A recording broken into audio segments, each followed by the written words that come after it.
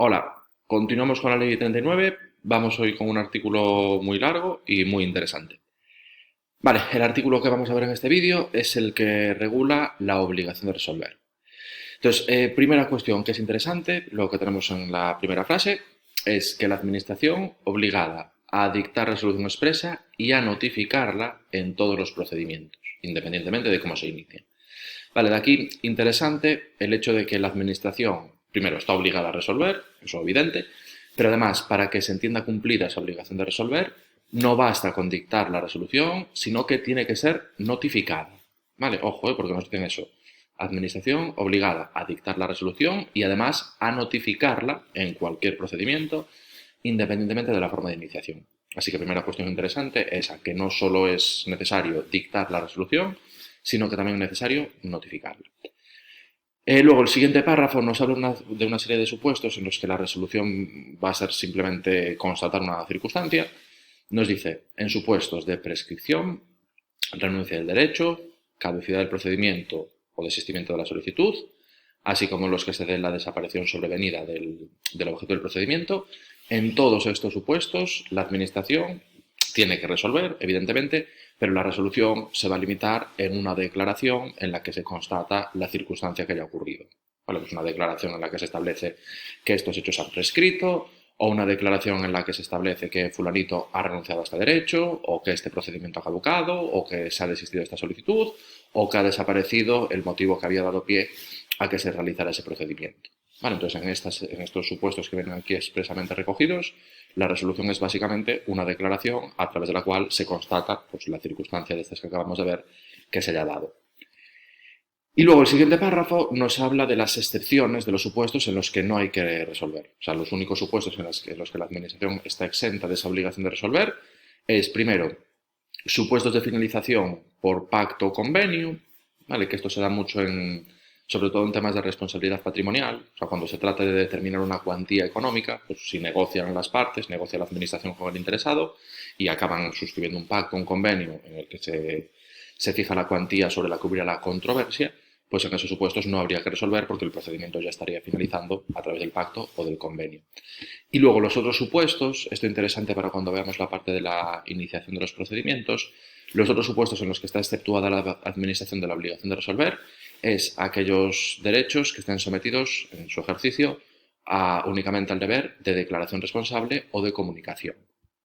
Vale, esas son formas de ejercer derechos que son, bueno, formas de, digamos, de acelerar las actuaciones o de reducir los trámites administrativos. Entonces, aquellos supuestos en los que únicamente haya que hacer una declaración responsable o únicamente haya que hacer una comunicación, pues con eso bastaría y por lo tanto no habría que resolver por parte de la Administración. Vale, de hecho, realmente no habría procedimiento administrativo como tal, sería simplemente haces la declaración responsable y luego puedes hacer las actuaciones o simplemente haces la comunicación y luego puedes hacer las actuaciones sobre las que se trate. Vale, esto lo veremos en futuros vídeos. Vale, eso del punto primero. Luego, el punto segundo, este muy interesante porque lo primero que nos dicen es que la duración de los procedimientos, el plazo máximo de los procedimientos, será el que establezca la norma reguladora. Os digo que esto es muy interesante porque muchas veces existe el pensamiento equivocado de que la ley 39 establece que los procedimientos van a durar 3 meses. Y no es así. Lo que establece la ley 39 es que los procedimientos durarán lo que establezca la norma que los regule. Vamos a ver ahora en el punto tercero que sí que hay una referencia a los 3 meses, pero es, digamos, una regulación subsidiaria. ¿Vale? Ahora lo vemos.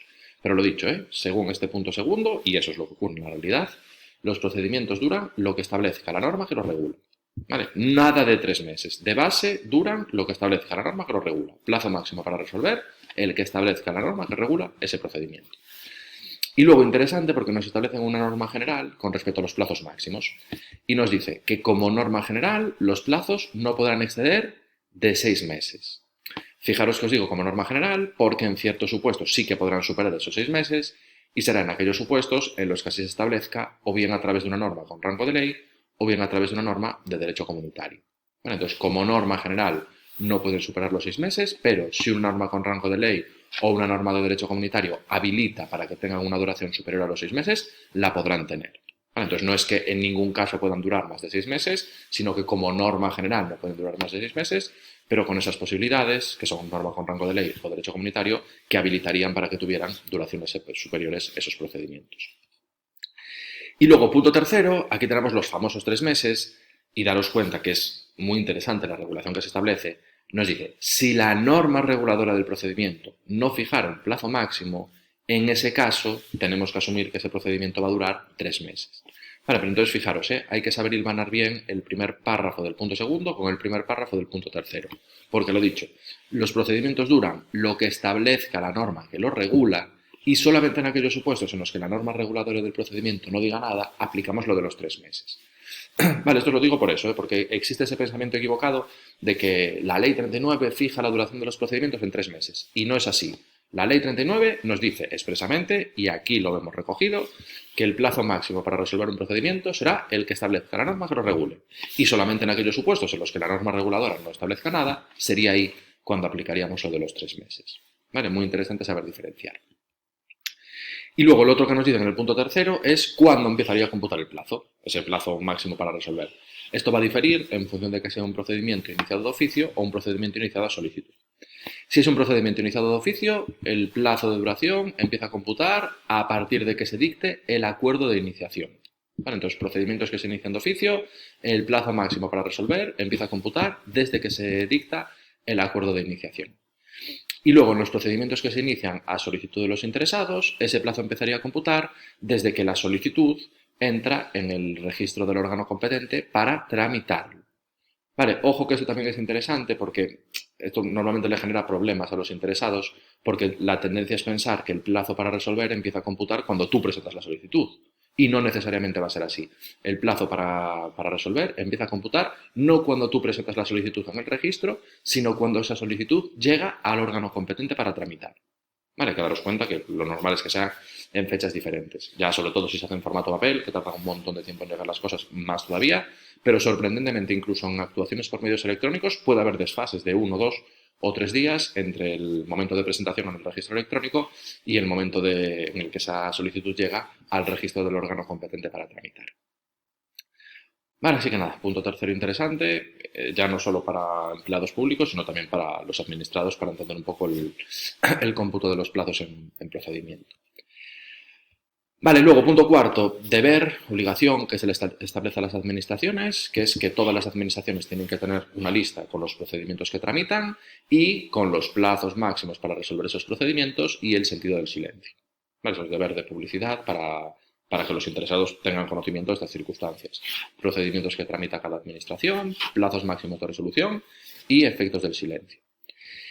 Y luego el siguiente párrafo, este me hace bastante gracia, bueno, quizá gracia no sea la palabra, pero bueno, este es bastante llamativo, porque nos dice, primero, que todas las administraciones nos tienen que informar sobre el plazo máximo para resolver los procedimientos en los que participemos y el sentido del silencio.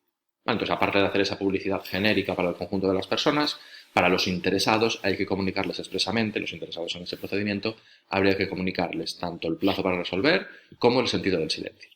Y nos dice, vale, esta información nos la tienen que comunicar en el acuerdo de iniciación de oficio, ¿vale? Bien, o sea, cuando se inicia de oficio un procedimiento y nos lo comunican, pues en esa comunicación nos tendrán que decir la duración máxima del procedimiento y el sentido del silencio, que esto bien, se cumple, pero luego la segunda parte es la que me hace gracia porque se incumple de forma sistemática, es que si es un procedimiento que se inicia a solicitud del interesado, entonces, en principio, en los 10 días siguientes a la recepción de esa solicitud, deberíamos remitir una comunicación a los interesados diciéndoles esto, la duración máxima del procedimiento y el sentido del silencio.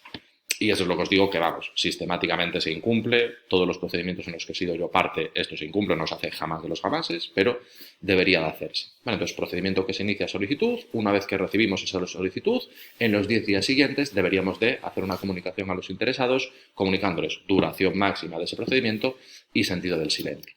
Vale, y en esta comunicación deberíamos decir también la fecha concreta en la que se ha recibido la solicitud por parte del órgano competente, porque sería a partir de ahí cuando empezaría a computar ese plazo. Vale, lo dicho, esto es la regulación que establece la ley y así hay que aprendérselo, pero que sepáis que en la práctica no ocurre de esta manera. Luego, punto quinto, este interesante también, porque bueno, yo creo que cualquiera que tenga un mínimo de experiencia con administración sabe que lo de resolver en plazo es una quimera. O sea, si algo caracteriza a la administración es el incumplimiento sistemático de todos los plazos establecidos. Y lo que nos dice en el punto quinto es que habría que evitar esto Entonces, habría que intentar resolver en plazo, evitar el saltarse los plazos a la torera. Entonces, lo que nos dicen es que si hay muchas solicitudes, o por el perfil de procedimiento que es, pues nos hace ver que vamos a ser incapaces de cumplir con ese plazo que tenemos para resolver, entonces el órgano competente para resolver, a propuesta del instructor, o el superior jerárquico del competente para resolver, a propuesta de este, debería de habilitar los medios que sean necesarios para cumplir con esa obligación de resolver en plazo. Entonces aquí lo que nos vienen a decir es que si te das cuenta de que no vas a ser capaz de resolver en plazo, pues tendrás que hacer lo que sea necesario para conseguir resolver en plazo. Pues que te refuercen con más personal o que se redistribuyan las funciones o lo que sea, hacer cualquier medida, cualquier actuación con ese objetivo de ser capaces de resolver en plazo. Vale, entonces, si nos damos cuenta de que no vamos a ser capaces de resolver en plazo, pues habría que intentar dar un refuerzo de medios, ya sean personales o materiales, para intentar que seamos capaces de cumplir con esa obligación de resolver en plazo. Vale, esto sí que he visto alguna vez que se ha hecho. De hecho, bueno, en mi servicio hemos tenido alguno hace poco que ha hecho falta más medios personales y efectivamente nos los han dado, pero desgraciadamente a veces te dan más medios personales, pero ni siquiera con eso eres capaz de resolver en plazo. Bueno, yo las experiencias que he tenido en mi servicio han sido con procedimientos en los que había muchísimas solicitudes, más de las previstas, y por lo tanto pues hacían falta esos refuerzos. Y lo dicho, te dan unos refuerzos, pero no son suficientes y por lo tanto pues muchas veces tampoco eres capaz ni con estas de cumplir con la obligación de resolver en plazo. Y luego el punto sexto nos habla de la responsabilidad y nos dice que el personal que tramita los procedimientos, o sea, que tenga a su cargo el despacho de los asuntos, que es el personal que tramita los procedimientos, así como los titulares de los diferentes órganos que sean competentes para instruir y resolver, son o somos directamente responsables de cumplir esta obligación de resolver en plazo. Vale, o sea que en principio los que gestionamos los procedimientos tenemos que hacer lo necesario para conseguir que esos procedimientos sean resueltos en plazo. Vale, pues es verdad, pero muchas veces por una falta de medios personales o incluso a veces de medios materiales, porque a veces no hay ordenadores que funcionen bien desgraciadamente para todos, o las aplicaciones con las que tramitamos los procedimientos se cuelgan de forma sistemática, y esto es algo que también ocurre muchas veces, pues a veces por mucho que queramos hacer nosotros, por mucho que pongamos de nuestra parte los empleados públicos, no se consigue resolver en plazo porque existen imposibilidades materiales que no dependen ya de nosotros. Vale, y luego nos dice el segundo párrafo de este punto sexto, que el incumplimiento de esta obligación va a generar la responsabilidad disciplinaria que sea establecida. O sea que en principio podría tener consecuencias disciplinarias el incumplir con esa obligación de resolver en plazo. Vale, eso jamás he visto que se hayan incoado expedientes sancionadores por esto, pero la posibilidad estaría ahí. O sea, quienes sean responsables de los incumplimientos en los plazos a la hora de resolver, pues podrían verse sometidos a ese sistema de responsabilidad. Vale, así que nada, ya visteis artículo largo e interesante y nada, continuamos, nos vemos en la próxima. Hasta luego.